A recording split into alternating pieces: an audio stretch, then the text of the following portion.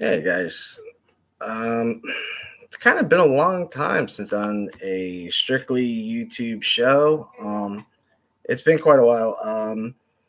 Got kind of really involved into the whole Melanap thing and the idea of having my own intro and just the multifaceted multifacets of all the options that you get when you have some sort of subscription. But I wanted to talk about this SNL issue because I made a video about SNL kind of hitting a really low point, and now I'm watching the news about this writer's strike that's going on with SNL.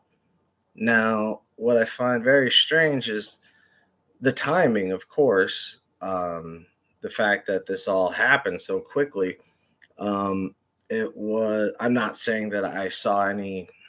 I'm not saying anything like I'm a Nostradamus or anything, but I want to say that it was kind of obviously coming to a downward spiral, and I do believe that this could have been avoided with more attention given to the proper cast members. It seems like Saturday Night Live has a tendency to follow Big Brother and listen to the corporate execs who make terrible decisions and end up destroying the show. And this has happened pretty much in every decade. And this is what I first spoke about, is that every decade for Saturday Night Live has had some sort of issue. And it's really simply because of the fact that it's been around so long. You can't expect something to be so fresh all the time. That's just not going to happen. But it's also it also gets a lot of slack. People cut SNL a lot of slack because, again, of its generational influence over not just television, but for comedy and comedians around the world who looked up to these guys and looked up to members of Saturday Night Live. And a lot of them end up becoming future alumnists. Guys like Adam Sandler and Chris Farley were huge fans of guys like John Belushi and Dan Aykroyd and Bill Murray. So it was this constant feeding. It's like a dichotomy. It was kind of feeding itself, becoming this almost like self providing organism. But again, that issue came in uh, after the 70s. There was an issue. There was an episode where they actually tried to. Lauren Michaels actually tried to invite the Beatles to come back to the show, or actually to come on the show, and do their first performance in years. And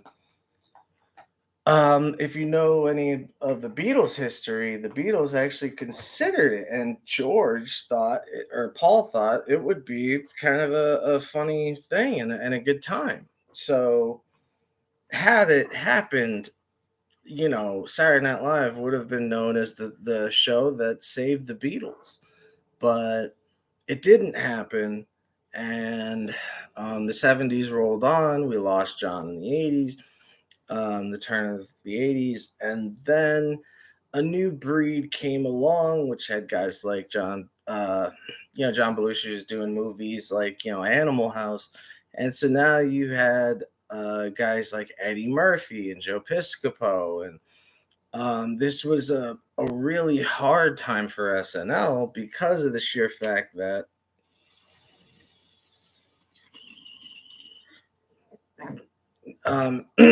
Eddie Murphy was not only writing the skits, but he was performing the skits.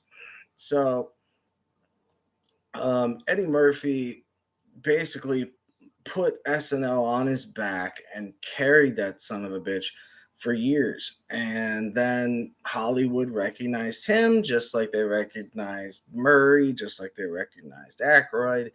Um, and so Actually, a little fun fact: the very first host of Saturday Night Live ever was actually George Carlin. He was supposed to be the main host, but he didn't really understand what the point of the show was. And at the time, the show didn't even have an identity yet.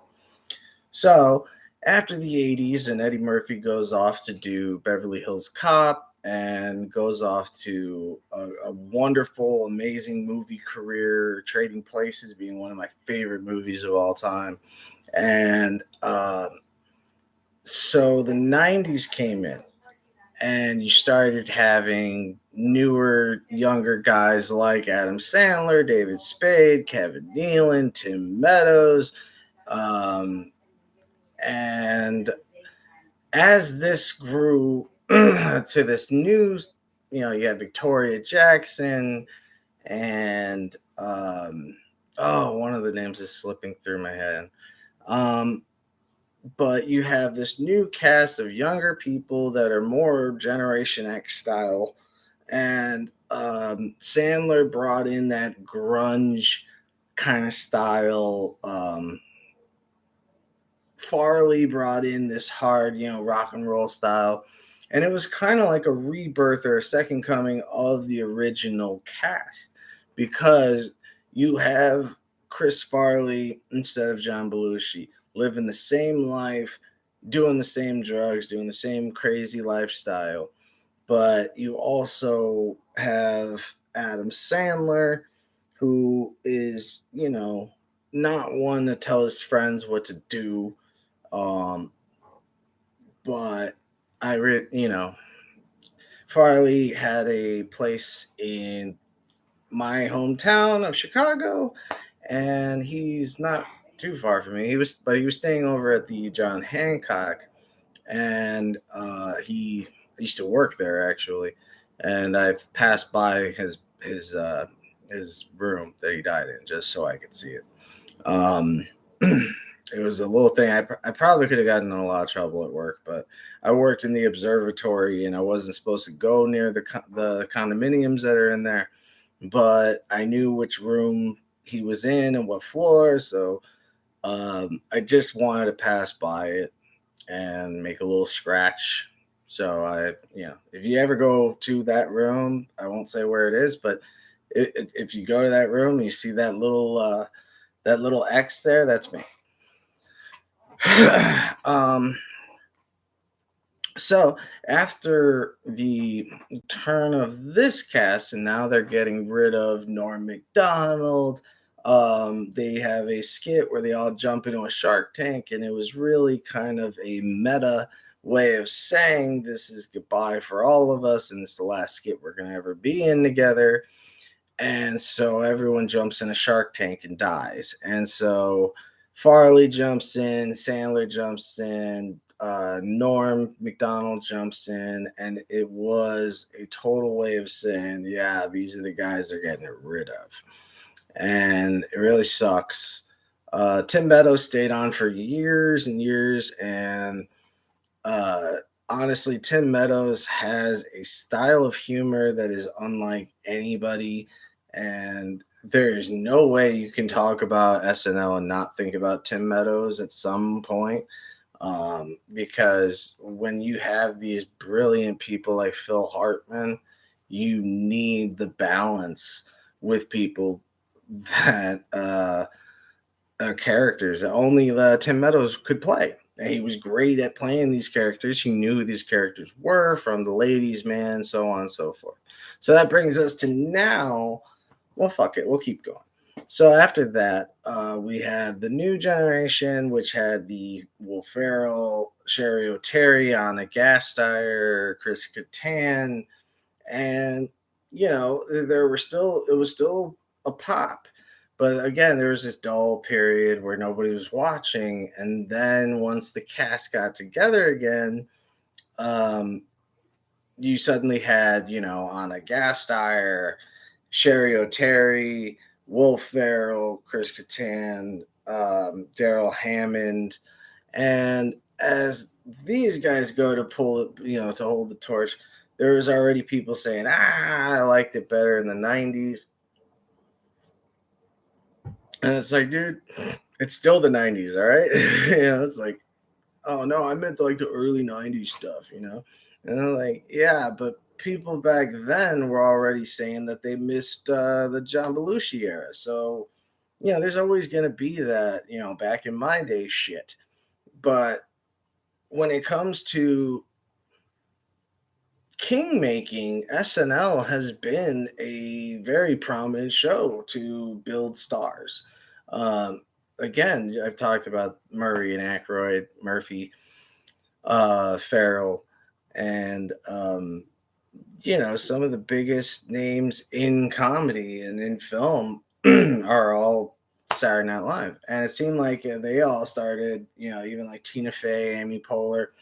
I won't say Jimmy Fallon. I never liked Jimmy Fallon. They said he was the second coming of Adam Sandler, but I really thought that was more like Andy Samberg. I thought he had more of Adam's shy but ridiculous kind of attitude, where Jimmy was more like a people pleaser, and you just get this vibe from him that he's just constantly trying to please people. And I don't know, I don't really respect too much of that.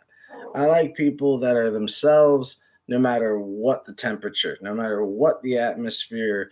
They only know one way to be themselves. That I love. And I can identify with that.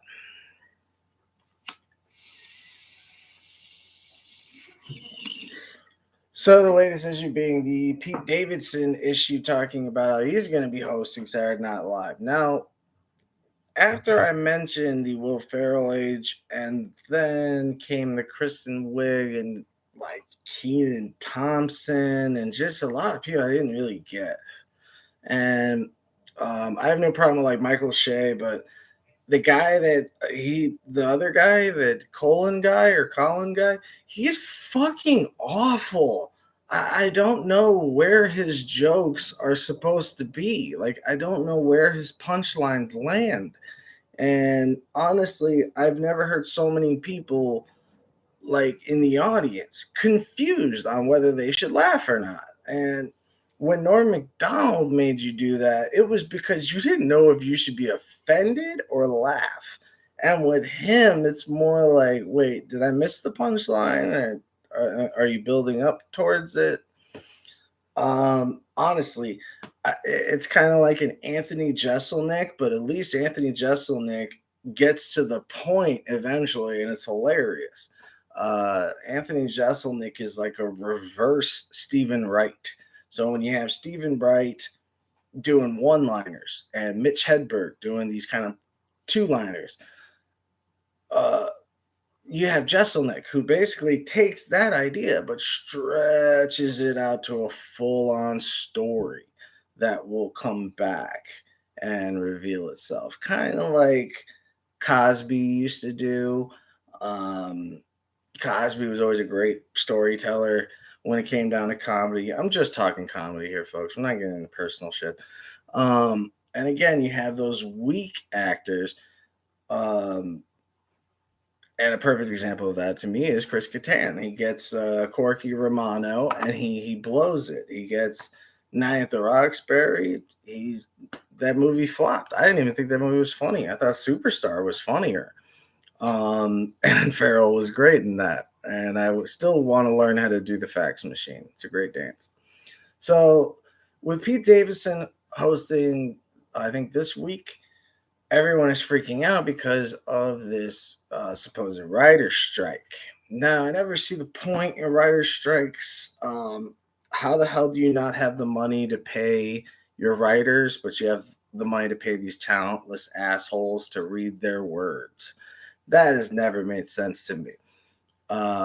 And most of my heroes happen to be writers for Saturday Night Live rather than characters at Saturday Night Live. So Conan O'Brien, Larry David, Bob Odenkirk. These guys were hilarious. Oh God, Robert Smigel. These guys would be behind the scenes writing the jokes, but they're the funny ones. But for some reason, they don't translate well enough, or they're not pretty enough. And it's such a ridiculous concept because comedy does not rely on image. Comedy is all about timing, pacing, conveyance, cadence, and delivery.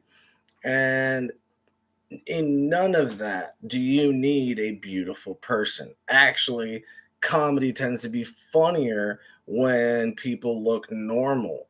Like if you watch Napoleon Dynamite, those kinds of people. You've seen that kind of stupid look on people's faces when they just don't care and they're not interested in whatever you're saying.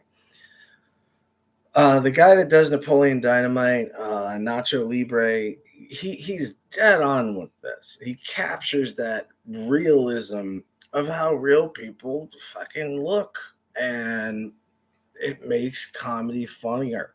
And I'm noticing a lot of beautiful people on Saturday Night Live, and not one of them are funny. So you guys got to get out of this identity politic culture and worrying about, are we representing this or that, and worry about being funny, and you won't have to fucking worry at all. But again, it's not going to work if you're constantly going to bend the knee to these assholes that don't care about the show and just want to make money from the show, not understanding that sometimes comedy needs time, and especially when you're going to be changing cast members, people need time to accept these characters. They won't be funny right off the bat. Very few of them are funny right off the bat. Honestly, there's very few guys that you can name that you said the first time he came out, he just fucking stole the show. They mentioned that at the Mark Twain Award with Adam Sandler, saying that his first skit was a Weekend Update skit, and Spade had looked at him going, wow, it's his first day and he's better than me. And I think that's not a matter of how pretty you are. It's a matter of how you convey the joke and how you act, not on how you look. All right. So I definitely fear for SNL's future, because a future like this is not going to work. And I'm worried that although every decade since Saturday Night Live has been around has had its lull periods, I am afraid it's like a seizure and you might not come out of the next one. And having Pete Davidson, I think, is definitely not a good step to help that seizure. All right. That's a little bit too bright for this guy with a seizure. So, yeah, that's my time.